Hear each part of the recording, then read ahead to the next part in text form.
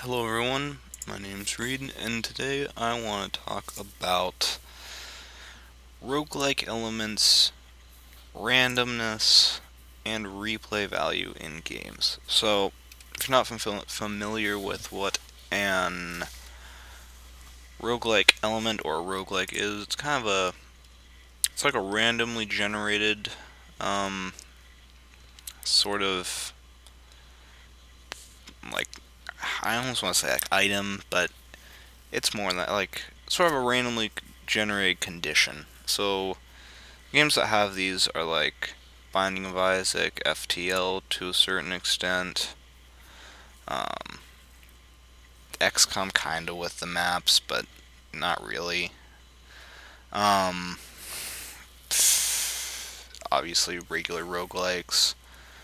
I think Hack Slash Loot kind of, but that's not a very good game, so we're not going to talk about that. But um, yeah. Uh, so why are these not things in games? My conclusion is that they just can't, like a game developer can't, just can't make enough. It'll take too much time to make. I want to say like animation. Well, yeah, animations and sort of like just just make them happen in a game. Sorry, that's not very not a very good analysis, but it takes much time and it would cost too much money. It's not cost effective. But what it does lead to is it leads to a massive, sort of like draw for replay value. And why is that good? Because if you have a lot of replay value, then to me that kind of means your game's better than a game that doesn't. I mean, take a game like oh, um, I'm trying to think of one that's would fit this well. I almost want to say like, hmm. Well, no, that's not a very good one. I wanted to say Skyrim, but that has enough. You can do stuff with that enough to like, oh god, like God of War. How about that? God of War. God of War, you go through the main game, and then after it, the draw for replay value, unlocking costumes, and that's kind of just it to play through the main game at least. Um, but now take a game like, well, Binding of Isaac, for example. It has tons of items, and it kind of guarantees that no two runs will be the same. They may be similar, but they're not going to be, pound for pound the exact same. Um, so, but you also have to take into consideration the time it takes to complete each of these games. Um, God of War, like 7, maybe 8 hours, maybe. Honestly, probably even less than that. Binding of Isaac, barely an hour. And, you know, that's kind of not good, to me, at least. Because you can have a 7 or 8 hour game, but still have great replay value. Take Devil May Cry 4. Yeah, 4. It's fun. The combat's really like the main draw of the game. And the cutscenes, honestly, to me, they aren't a pain to watch a second time. So, it doesn't bother me that much that I'm playing through the same game again. I'm sure I'm going to be the going through the same areas, but with increased difficulty, I'm going to be fighting different and stronger enemies in each area. So it kind of has that almost like roguelike element, but only in the sense that it varies between difficulties. Because if you play on, let's see here, I think it's Devil Hunter is like the standard normal, and human, on human you're going to have the weakest enemies, or weaker enemies. But on Devil Hunter, you're going to have slightly stronger ones, but you're always going to have the same enemies in the same places. So, it's not completely random, but it varies it enough that you're like, okay, I don't mind. If this feels different enough that it's not like, oh, I just need to slog through this part, then it's fun again. It's just fun. Um, Another game that sort of, or another genre, group of games, how about that? That fits this sort of semi-roguelike is like Diablo type clones, or hack and slash, isometric hack and slash games. Because each difficulty you're going to be fighting stronger enemies, but you're also going to be getting completely randomized gear, which is the sort of roguelike almost element that you could get this sweet ass drop right at the beginning, and it can carry you through the farther, probably not till the end of the game, very doubtfully till the end of the game, but or you could just but the game is balanced around this sort of preset of just standard gear progression. Um, but they also have that constant of sort of unique items that there's only, well, I guess one of, but it's that's always gonna have the same stats and always gonna have the same abilities, I want to say. But I mean, that's that genre. Now take a game like Morrowind. It's got a big open world, excuse me, but everything in it happens exactly the same. Now, or actually, I bet no, Skyrim's a better example of this because it's one of the main things that kind of bugged me about this game. Is Skyrim? It's a pretty big world, I'd say, but for the most part, there's not a lot of randomness. Like, you're going to be doing the same things. You're probably going to see all the dungeons are pretty much the same, honestly. Like, very few are like, wow, that was awesome. I didn't know that could happen. So, you kind of just, after a while, you're kind of like, wow, this is incredible. It reinforces the repetitiveness in a game. Whereas, like Devil May Cry, sure, you're doing the same thing, but it's still fun. Even second, third time you're doing it. Um, but Morrowind, it's big enough that you might not experience the same things at the same times. And there's enough depth to sort of like, I almost want to say balance it out. And it's nice. Um, but yeah, replay value is something that's very, I almost want to say rarely, but it's really not. It's very poorly handled a lot of the time. Because most of the time, it's like, okay, you beat the game, now start the game over with your current character. I mean, that's fine. That's replay value. It's not very good replay value, but it's pretty decent. Now take, say, I don't want to phrase this. I feel like the game that kind of does this the best, or could do it the best, or does it? Yeah, it does it the best, I guess. Is Devil May Cry. So after you beat Devil May Cry, you have all these cool weapons, all your cool powers, and then when you start the game over, you keep all those cool powers and you keep all those cool weapons. But the enemies are varied enough so that you're not just thinking, oh, I'm playing the same game. It's like, oh, it's different. Oh man, Devil May Cry really just does such a good job of enhancing that replay value. Not the new one, mind you. Not the new one.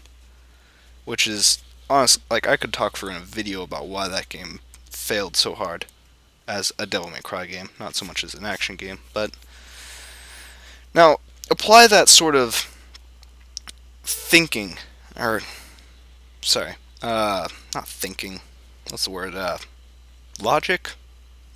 Apply that, yeah, logic, I don't know. Apply that sort of model to a game like Dark Souls. At the end of Dark Souls, you have a lot of levels, you have all this cool gear, but then maybe on the New Game Plus, you swip up some enemy positions. Honestly, even the positions could add more difficulty to sort of balance it, as well as their increased damage and health. But like for example, in the Undead Burg, after you see the Red Drake, you have those three guys kind of at the far end.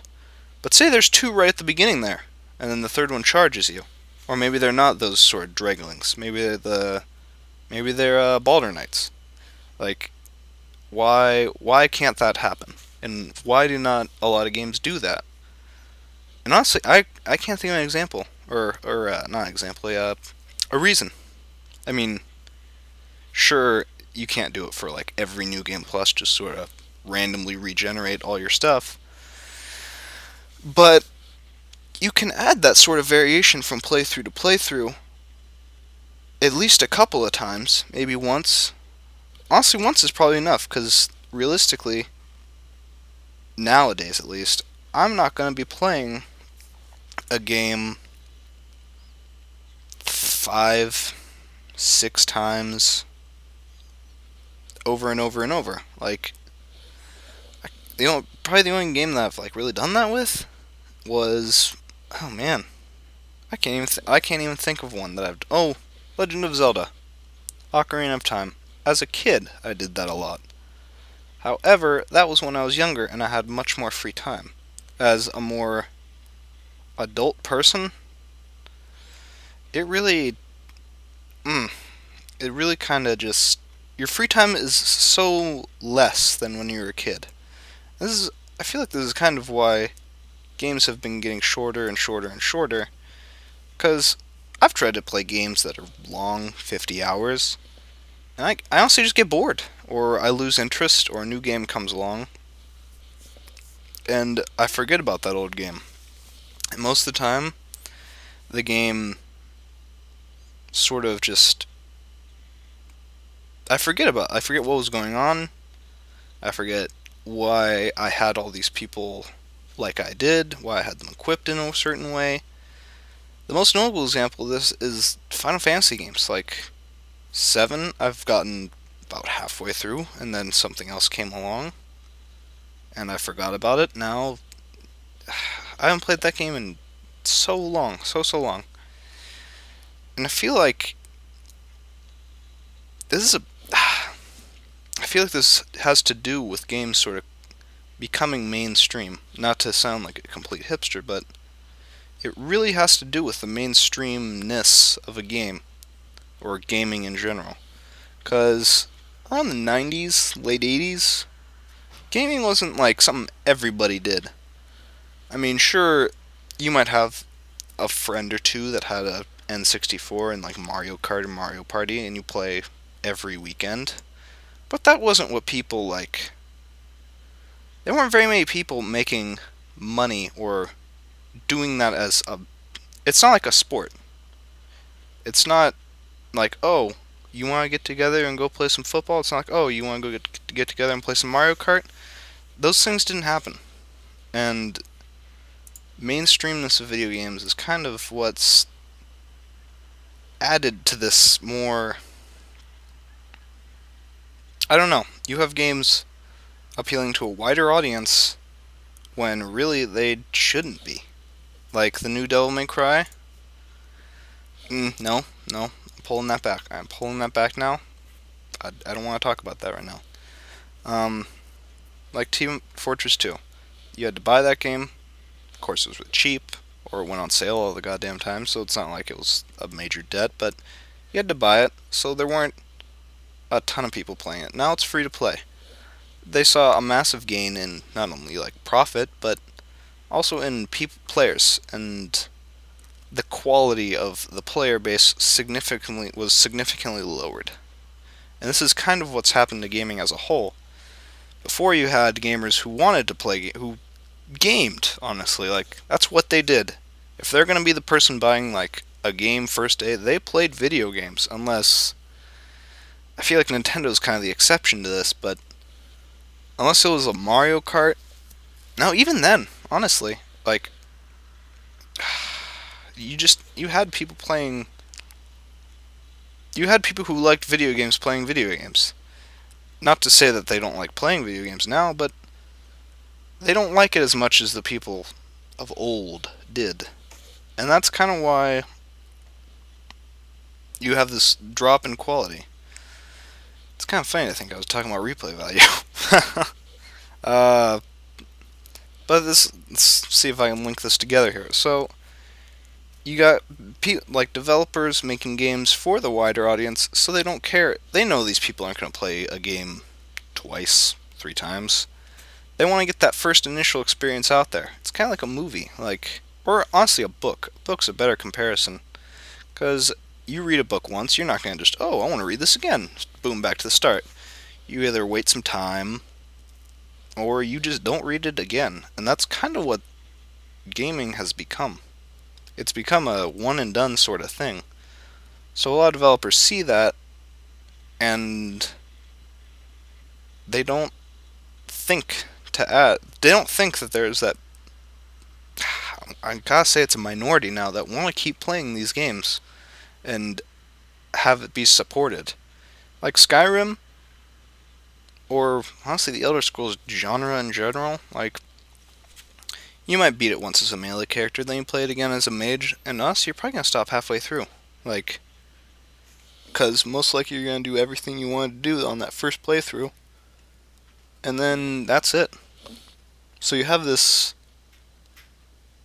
Yeah, you just. I don't. It, I've lost my train of thought now. But yeah, replay value. It's not a necessity to sell games anymore. And not to say that it ever really was, but it was something that a majority of games. No, I'm taking that back now. That's a poor statement there. Because I can think of. I can think of plenty of games that didn't have replay value. But maybe it's just me being old, honestly. I had never really considered that. Like, when I was a kid, games were awesome. Those were things I did. Now as an adult, I just don't have time, and I don't have the sort of willpower, I guess, to play a game for 50 hours. Unless it's a game I really, really enjoy. And Dark Souls was one of those games, mind you. But I feel like if game developers want to add replay value as something people enjoy, they need roguelike elements. Sorry for the long ramblings. Maybe another video comes soon. I don't know, honestly. Who knows what'll be the background of this? Maybe it'll be a black screen. I'll try not to have it be a black screen, though. Thanks for watching, or, listening. I'll catch you guys next time.